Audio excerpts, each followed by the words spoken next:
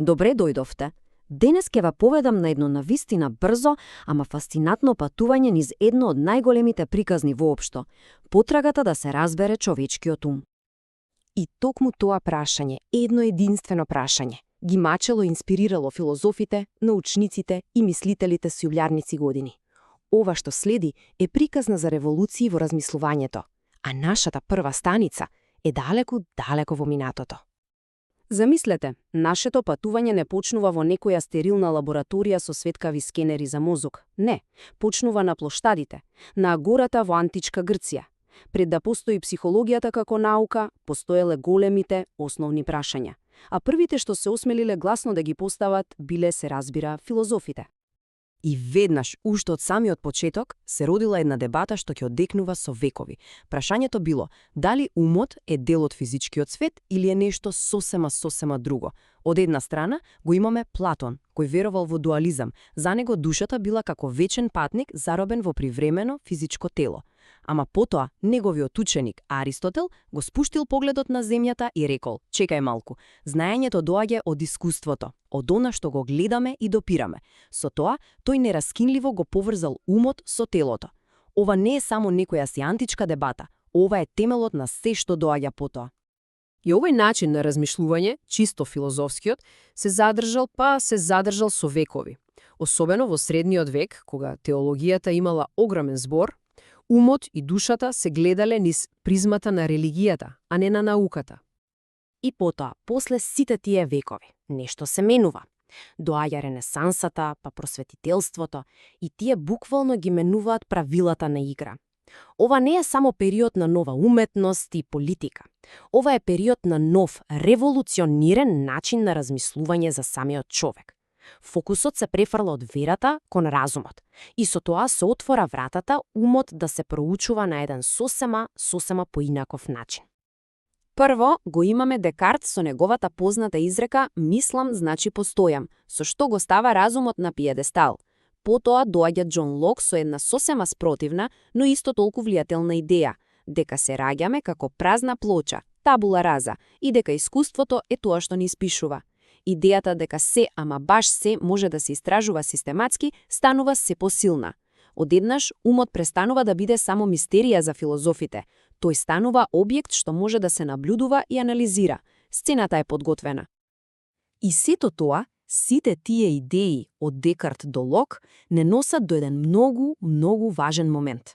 Една година, која за секогаш ќе го смени текот на оваа приказна и официјално ќе роди нова научна дисциплина. И ете го моментот. Во една мала, скромна лабораторија во Германија, еден човек по име Вилхелм Вунд прави нешто што дотогаш било незамисливо. Тој почнува да ги мери процесите на умот. Со тој еден чин, психологијата конечно се отцепува од филозофијата и се раѓа како самостојна наука. Тој користел методи како интроспекција, каде што барал од луѓето систематски да ги опишат сопствените мисли, во обид, замислете, да ја мапира структурата на свеста. Сега, штом психологијата стана наука, се отвори вистинска Пандорина кутија. 20-тиот век не бил воопшто мирен. Напротив, тој бил вистинско бојно поле на идеи. Се појавиле различни школи на мисла и секоја од нив имала свој, често радикално различен одговор на прашањето што е всушност умот и како треба да го проучуваме. И тогаш, на сцената се појавува еден човек, чие име го знаеме сите. Зигмунд Фройд. И тој доаѓа со една идеја што, да бидеме искрени, била тотално радикална за тоа време. Идејата дека ние всушност не сме господари во сопствената куќа, туку дека сме водени од скриени, несвесни желби и конфликти. Ова било и шокантно и апсолутно револуционерно. Значи, според Фройд и неговата психоанализа, ако сакате да разберете една личност, мора да копате. Да копате длабоко во скриените мисли, во соништата, во раното детство. Тој верувал дека токму таму, во тие заборавени трауми и потиснати конфликти, лежи клучот за нашата личност. Ама, како и секогаш во науката, на секоја акција има реакција. И реакцијата на Фройд беше прилично екстремна. Се појави ново движење кое рече доста со овие невидливи работи. Бихевиористите рекле, чекајте малку. Какви несвесни умови, какви соништа. Тоа не може да се измери. За нив, единствено важно беше она што може да се види и објективно да се измери – однесувањето.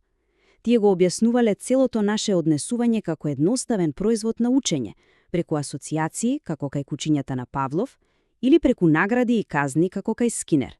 За нив, умот бил црна кутија. Неважно е што има внатре, важно е што влегува и што излегува. Океј, значи имаме копање во несвесното од една страна и гледање само на однесувањето од друга. Ама, зарем тоа е се? Што стана со нас? Со нашето свесно искуство, со мислите, со чувствата, со начинот на кој го доживуваме светот?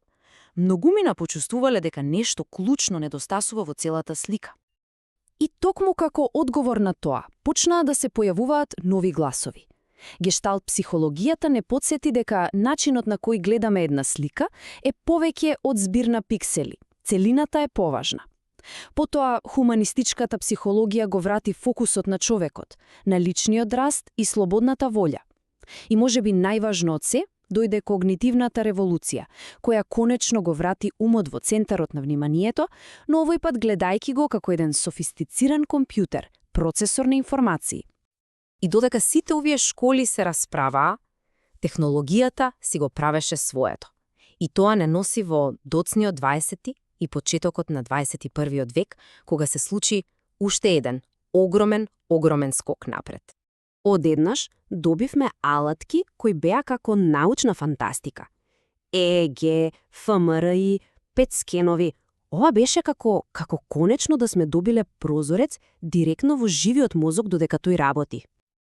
Замислете, за прв пат во историјата можевме буквално да гледаме како мозокот размислува, како чувствува, како реагира. Оваа фузија на психологијата и биологијата конечно ни овозможи да ја видиме физичката основа на менталните искуства. Одеднаш, прашањата на Платон и Аристотел за врската меѓу умот и телото повеќе не беа само филозофија. Можеа да се истражуваат со гледање на невронската активност во реално време. Добро, поминавме низ антиката, низ револуции, низ бурни дебати, па каде не остава сето тоа денес? Денес сликата е многу поразлична. Веќе не гледаме на овие школи како на ривали кои се борат за превласт. Напротив, модерната психологија е интегративна. Таа зема сознание од секоја перспектива, од биологијата, од когнитивните процеси, од однесувањето, па дури и од психоанализата, за да ја склопи сложената сложувалка на човечкото искуство. И зошто е сето ова важно? Па затоа што резултатите од ова долго патување ги гледаме буквално секаде околу нас. Од подобрување на менталното здравје, преку создавање поефикасни методи на учење во училиштата, па се до разбирање зошто купуваме одреден производ. Знаењето за умот ни помага подобро да се разбереме себе си и светот околу нас. Значи, патувањето кое почна со едноставни прашања во античка Грција, денес продолжува со најсовремена технологија. Но тоа е далеку од завршено. Со секоја измината година развиваме нови, се подобри алатки за да го истражуваме, можеби најсложениот објект во целиот познат универзум, човечкиот ум. А прашањето останува: кои мистерии ќе ги откриеме следно?